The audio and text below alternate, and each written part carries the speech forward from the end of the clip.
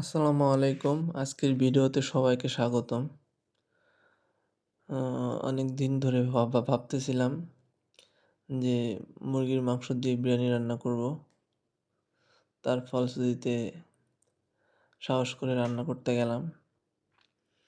তো মসলা দিয়ে ভালো করে মাখিয়ে আপনার রান্না করতেছিলাম। পাশে পোলাও চাউল তেল দিয়ে একটু ভুনতেছিলাম। পরে মাংসটা হয়ে গেলে চাউলের ভিতর দিয়ে পরে পরিমাণ মতো পানি দিয়ে দিচ্ছি।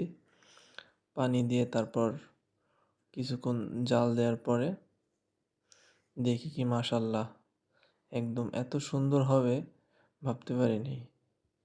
মানে সব কিছু পারফেক্ট, একটু লবণ কম হয়েছিল, বাট সব মিলে আলহামদুলিল্লাহ নিজের হাতের তৈরি বিরিয়ানি এত সুন্দর হবে আসলে মানে নিজে রান্না করছি কিন্তু তারপরও ভাবতে পারিনি যে এত সুন্দর হবে। তো সবাই দোয়া করবেন। রান্না নিজস্ব আর্ট, চেষ্টার ফলে সব কিছু করাই সম্ভব যদি মানুষের ভিতরে সেই শক্তিটা থাকে।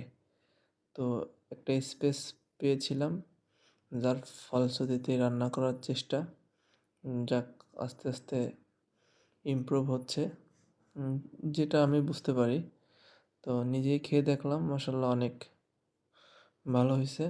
তো সবাই ভালো থাকবেন। আজকের ভিডিও এই পর্যন্ত। আসসালামু আলাইকুম।